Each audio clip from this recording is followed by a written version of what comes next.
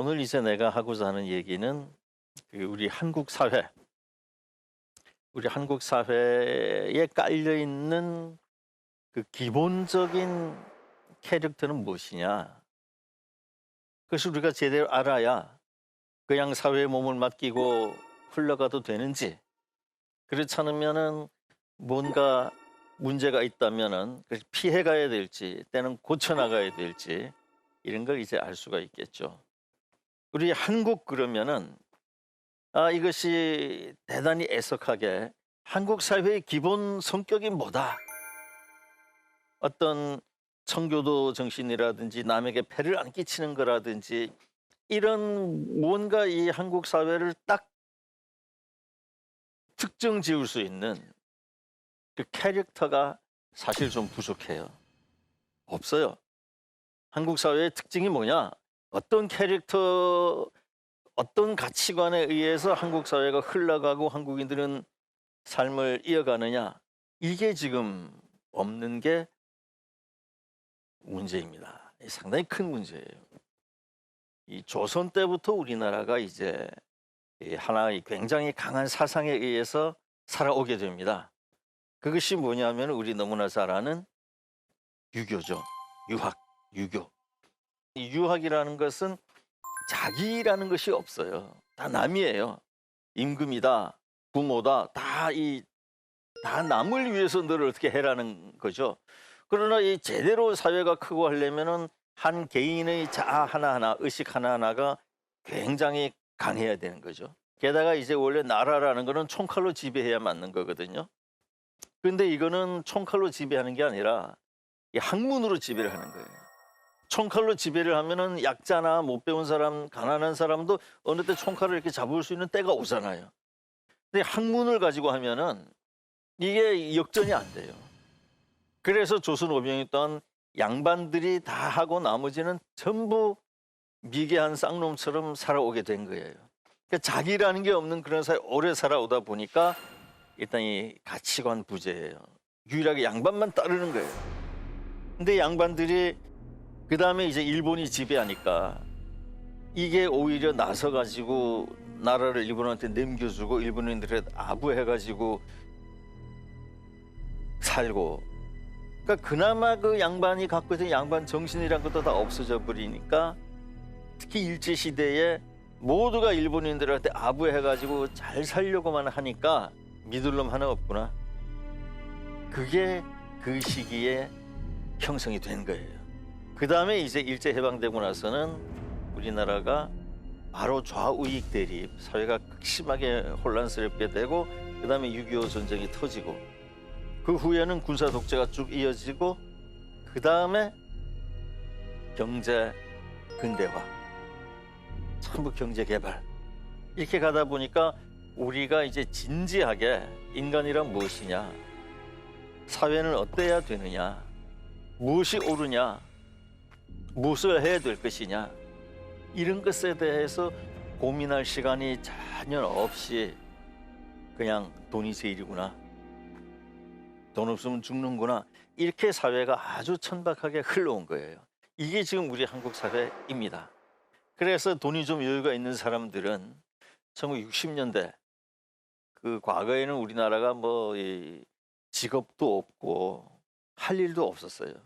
그러던 상황에서 1960년대에 이제 해외 차관이 들어오고 어느 정도 돈 좀 갖게 된 사람들이 돈 버는데 가장 좋은 방법은 뭐냐면은 부동산이잖아요. 집하고 땅하고 샀다 팔았다.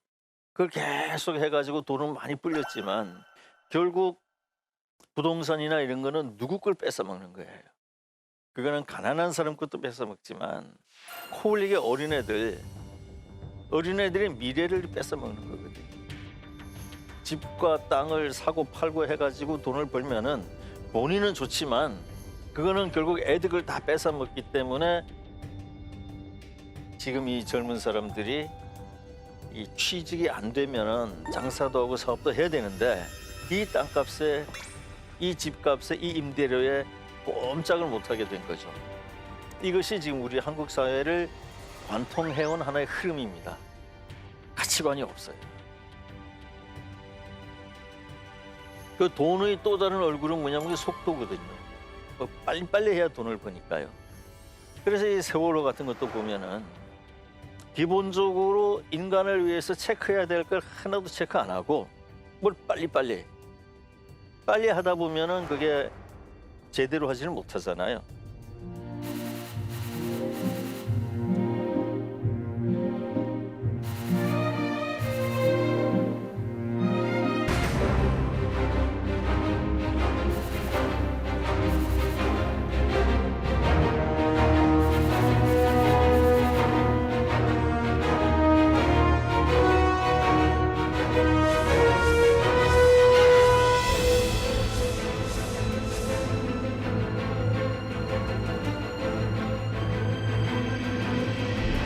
사회가 이제 이 자꾸 여유가 있고 돈을 벌면 벌수록 다 같이 행복하고 안전하고 즐거워야 되는데 그렇지가 못하고 벌면 벌수록 위화감만 더 생겨요.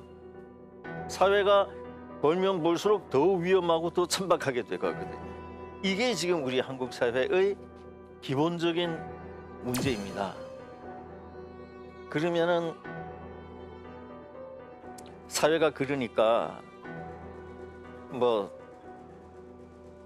될 대로 되라. 야, 이놈 세상 뭐 술이나 퍼먹자. 이렇게 사는 것이 세상을 잘 사는 거냐? 그건 아니죠. 자, 이 사회가 그런 점에서 우리 굉장히 원망스럽지만 그러면 우리가 20, 30년 전으로 돌아간 그 사회의 젊은이가 되고 싶어 하느냐? 그건 또 그렇지 않아요. 그 과거의 젊은이들은 또 지금 젊은이들에 비해서 굉장히 나쁜 점도 많아요. 아주 옛날 젊은이들은 좀 먹고 살기가 너무 힘들었어요. 내가 젊고 이런 시절에는 참 계란 하나 먹는 것도 너무너무 힘들었고 소중했거든요. 그 무슨 돼지고기 삼겹살을 먹는다. 그건 뭐 1년에 한 번 있기도 어려운 그런 젊은이들의 시대가 있었고 또 이제 그 다음 젊은이들은 학교를 못 가고 항상 데모하고 형무소 가고 그 함부로 얘기도 못 나누는 술집에서 또 함부로 얘기도 못 나누는 그런 시대가 있었거든요. 그렇게 보면 오히려 지금 젊은이들은 나쁘지만은 않다. 그럼 이 상황에서 이제 어떻게 할 것이냐만 잘하면은 사실은 상당히 좋은 거예요. 정말로 천박하고 위험하기 짝이 없는 내용 없는 사회를 사는 방법으로 추천하고 싶은 것은 이 내면을 키우라는 겁니다. 이 세상엔 두 개의 힘이 있어요. 하나는 외면의 힘이죠. 돈이다, 지위다, 권력이다, 뭐 백그라운드다, 또 외모다 이런 것들은 외면의 힘입니다. 모든 사람이 그걸 위해서 질주해 가지만 그거는 절대 사람을 행복하게 못해요. 그 외면의 힘은 얻으면 얻을수록 자꾸 자기가 천박하고 비참해집니다. 우리 박근혜 정부 때도 보지 않았습니까? 대통령이 장관의 보고를 안 받으면은 장관이 대통령 당신 미쳤어요? 장관의 보고를 안 받고 무슨 대통령이요? 라고 얘기를 해야죠. 그게 우리가 생각하는 올바른 인간이잖아요. 그런데 이게 뭐 점점 올라가고 하다 보니까 대통령이 뭐 장관 보고 아니라 더 뭐 웃기는 짓을 해도 그냥 모른 척하고 있는 이 외면의 힘이라는 것은 모두가 그걸 얻기 위해서 달려가지만은 사실은 우리가 가치 평가적 측면에서 보면은 대단한 게 아니에요. 그래서 대통령이다, 재벌이다, 부자다 이런 소위 성공했다는 사람을 인류가 학점을 줄 때에는 A+를 안 줘요. C나 뭐 이 정도 줄까 말까? 인류가 A+를 주는 사람은 그런 외면의 성공을 거둔 사람들이 아니에요. 내면의 세계가 당당하고 인간으로서 우리 인간은 굉장히 위대하거든요. 인간을 제외한 모든 동식물은 모든 생명체는 다 본능에 따라서 살고 따라서 이기적이고 따라서 행복이 최고의 가치관이에요. 행복했으면 좋겠다. 인간은 때때로 불행을 택하기도 합니다. 그게 더 의미가 있으면 이기적으로만 행동하는 게 아니에요. 우리 인간은 이기심이 아니라 이타심. 내가 손해를 보고 내가 고통스럽고 힘들더라도 내가 이런 걸 함으로써 알지도 못하는 누군가가 좋아하고 안전해지고 즐거워하고 행복해하고 될 수 있다면은 그걸 한다는 거거든요. 우리 인간의 위대함은 그까지 돈 몇 푼 무슨 뭐 높이 올라가고 이런 데 있는 게 아니에요. 내면의 세계는 어떤 것이 있느냐? 사람은 꿈을 두 가지로 가질 수가 있어요. 하나는 난 돈 많이 벌어가지고 부모님도 행복하게 해드리고 호강시켜드리고 주변 사람들 다 친구들도 잘해주고 세상에 불쌍한 사람들 많이 도와주겠다. 이런 꿈을 가질 수도 있어요. 그건 좋은 꿈이 아니에요. 일단 유치한 꿈이고 잘 이루어지지가 않아요. 오히려 나는 돈을 좀 덜 벌겠다. 나는 돈을 조금만 벌고 그 대신 소박하게 검소하게 살겠다. 그리고 남는 그 어마어마한 시간을 좀 인간답게, 좀 의미 있게, 좀 나라는 존재가 역사의 이바지가 되게끔 살아보겠다. 이런 것이 훨씬 좋고 모든 인류의 스승들은 그 길을 걸으라고 우리에게 얘기를 하고 있는 거죠. 그래서 그게 진지함, 성실함, 솔직함, 사랑, 정의, 희생, 순수함 무엇 중에 하나도 좋으니까 딱 하나만 다 연결이 돼 있어요. 그게 이 외면처럼 이게 집 샀으니까 차도 사고 옷도 그다음에 요트도 사고 비행기도 사고 이런 게 아니고 내면의 힘은 진지함, 성실함 이런 것 중에 하나만 잡아도 다 통합니다.